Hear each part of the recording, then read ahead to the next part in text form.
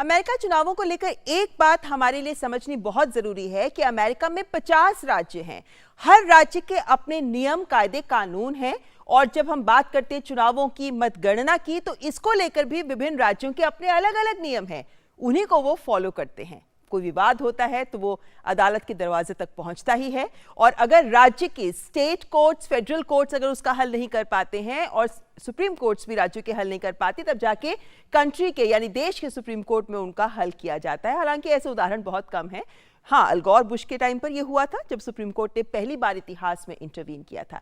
खैर, मौजूदा तस्वीर आपको दिखा देते हैं कि मौजूदा तस्वीर यानी अभी तक जो संकेत मिल पा रहे हैं उनके अनुसार आप देख सकते हैं कि ट्रंप के हिस्से 2014 इलेक्टोरल कॉलेज वोट्स आए हैं, तो वहीं जो बाइडेन के हिस्से 243 इस वक्त के दिखाए जा रहे हैं। इनमें से अगर हम नजर डालते हैं तो हम पाते हैं कि 6 राज्य ऐसे हैं जहां चुनावी तस्वीर अभी स्पष्ट होनी बाकी है, जिनमें से अगर हम एक एक करके आपको तस्वीर दिखाएं, पेनिसिल्वेनिया जहां पर 20 वोट होते हैं। 2016 में ट्रंप इसको जीते थे, लेकिन उससे पिछले 6 चुनाव में डेमोक्रेट्स ही लगातार इसको जीतते रहे हैं। आगे बढ़े नॉर्थ कैरोलिना में 15 कॉलेज वोट है। यहां पर 2016 में जरूर ट्रंप जीत पाए थे, लेकिन ये एक ऐसा राज्य है जहां वोटर टर्नआउट बहुत महत्वपूर्ण होता है। शहरी इलाकों में डेमोक्रेट्स का दबदबा है तो रूरल यानी ग्रामीण इलाकों में रिपब्लिक्स का।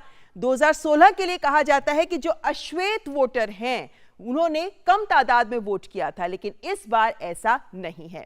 आगे बढ़े, अगर हम बात करें एरिजोना की, यहां पर 11 वोट हैं और 2016 में ट्रंप 3% ज्यादा मतों के साथ यहां से जीते थे, लेकिन अब कहा जा रहा है कि जो बाइडेन, चूंकि आप ये रंग देख सकते हैं जो हल्का नीला है और नीला रंग डेमोक्रेट्स के लिए है यानी जो बाइडेन के लिए है, तो यहां पर रुझान उन्हीं के पक्ष में जाता हुआ नजर आ रहा है। और रिपब्लिकन्स का ये जरूर एक मजबूत गढ़ रहा था 1952 से, लेकिन 1996 में ही एक बार ऐसा हुआ है जब बिल क्लिंटन ने इसको जीता। लेकिन ये जो गढ़ है एरिजोना, इसको एक फ्लिप स्टेट कहा जा रहा है, यानी ये वो गढ़ है जो था तो रिपब्लिकन्स का, लेकिन इस बार डेमोक्रेट्स के हिस्से आता नजर आ रहा है, क्योंकि यहां पर माना जा रहा है कि जो शरणार्थी हैं या जो हिस्पैनिक यानी लैटिन अमेरिका की जो पॉपुलेशन है, स्पेनिश बोलने वाले जो लोग हैं, उनकी तादाद यहां पर बढ़ती जा रही है।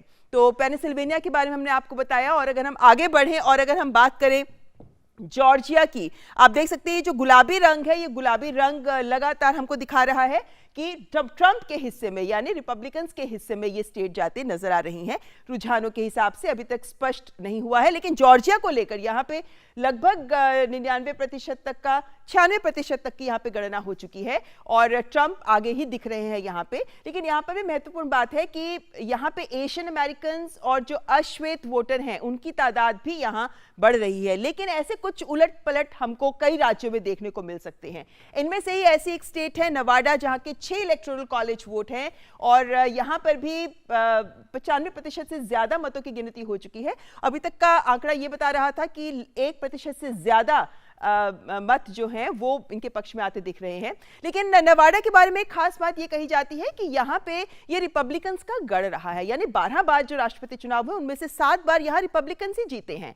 लेकिन पिछले 7 चुनावों में तस्वीर थोड़ी बदलती नजर आई और पिछले 6-7 चुनावों में 5 बार ऐसा हुआ है कि यहाँ से डेमोक्रेट्स जीते हैं। आप देख सकते हैं ये नीला रंग जो डेमोक्रेट्स को ही दर्शा रहा है, तो इस बार ये जो बाइडेन के हिस्से में ही जाती नजर आ रही है। तो इस तरीके से ये 6 स्टेट्स हैं इस वक्त, Pennsylvania, north Carolina, Georgia, Alaska, Arizona और नवाडा, जिन पर सबकी नजरें लगी हुई हैं कि ये स्टेट्स किसके हिस्से जाती हैं, क्योंकि अब इन्हीं स्टेट्स के में जो गिनती हो रही है उसी के बेसिस पर, आधार पर यह साबित हो सकता है कि कौन बनेगा राष्ट्रपति। लेकिन ये सफर अभी लंबा हो सकता है। जैसा हमने कहा, अमेरिका में विरोध प्रदर्शन भी हो रहे हैं। अमेरिका में इस बात को लेकर विवाद बढ़ रहा है कि जो डाक के जरिए मत आ रहे हैं उनकी गिनती होनी चाहिए, राज्य ये कह रहे हैं, लेकिन ट्रंप का खेमा कह रहा है कि उनकी गिनती नहीं होनी चाहिए। 1 तारीख तक जो पहुंच गए ठीक है, उसके बाद उनकी गिनती, जो मत पहुंच रहे हैं उनकी गिनती नहीं होनी चाहिए।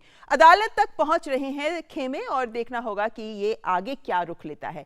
अपने विशेषज्ञों से भी करेंगे चर्चा और समझने की कोशिश करेंगे उनसे कि ये अमेरिकी चुनाव आखिर किस दिशा में जाता नजर आ रहा है। यहाँ वक्त एक ब्रेक का।